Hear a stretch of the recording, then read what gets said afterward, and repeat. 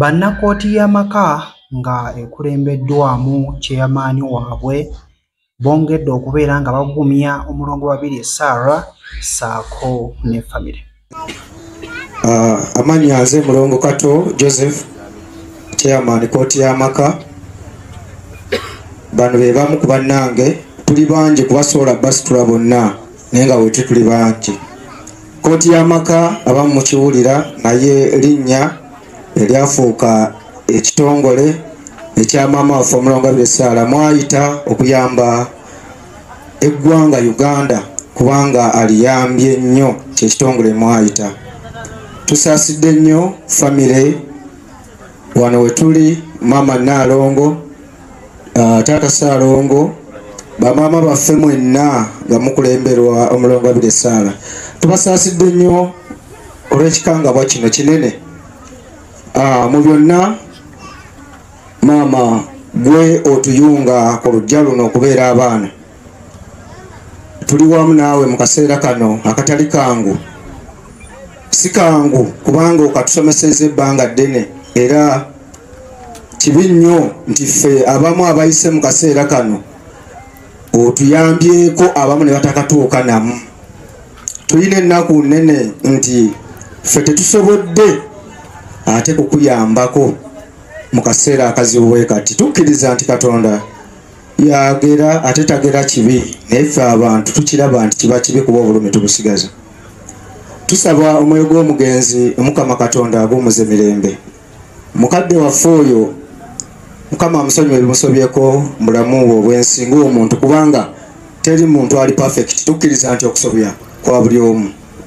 Gwe gwasobezza musonyiwe kubanga olugendo lwe lukomye tagenda kuddamu okusobya muntu mulala. Wabula gwe akyali omulamu okyasobola okusobya omuntu omulala n'okusinga ye bwe yakusobya.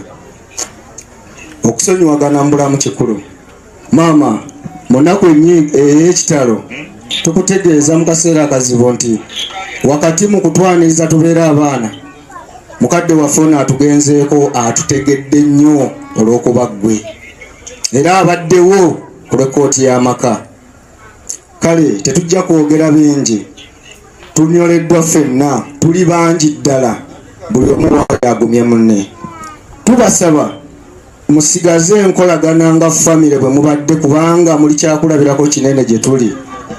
Era ffe ne bwe tudde ewaffe gye tuzaalibwa tubaweerako ekyokulabirako. Mwagalanye, okwagalana kwammwe tekukoma, mukyaliwo mwenyweze. Katonda ajja batambuza olugendo lwammwe kuba kino kye tulimu buli omu ali wano akimanyi nti teeka kijja kubaawo mu famire zaffe zonna lwadde tetukisabye.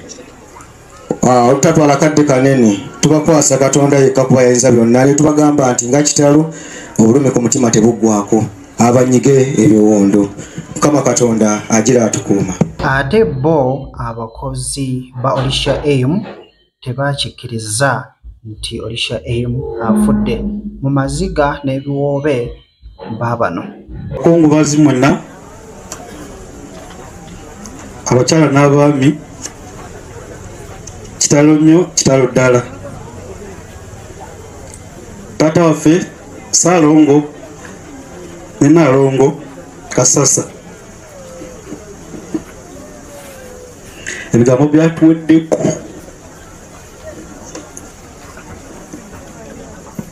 Oluvannyuma lwa mukozi munaffe ate nga badde Mukama waffe.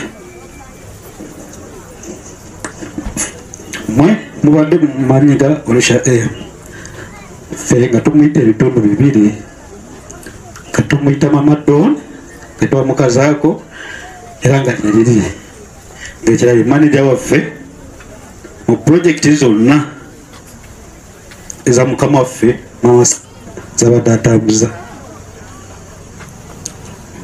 Tutuusa okunguwaga kwaffe oba okubagiza kwaffe eri famire eno nti twafuuka kitundu ku famire eno. Atuweddemu n'amagezi n'okutegeera oluvannyuma lw'okuwulira munaffe. Abamu ku ffe twali twakamala okwogera naye, twakamala okubeera naye nga tetulina enteekateeka ez'omu maaso, naye opulaninga ne Katonda apulaninga. Ekyaze tewali akiinako control. Tusaba Katonda bakadde baffe bakama baffe mamusaala babiri mama Nansase ne famire yonna Mukama Katonda bagumye. Tetulina bigambo bingi bya kwogera. Andrew Benoni Kikuuki Olisha Emu amusiibuzza akayimba k'ekika ky'emmamba. Wumula mirembe Olisha Emu. Yafena n'abazzukulu esangala buwaya bwe butaka bwaffe akabbiro kaffe kubeera mukuyabe mama twagala nnyo ekika kyaffe emmamba sirye amazzi nganywa kalakoka negejendo mundampola wemubala okwekika kyaffe mamba era ngabunga yecanca waffe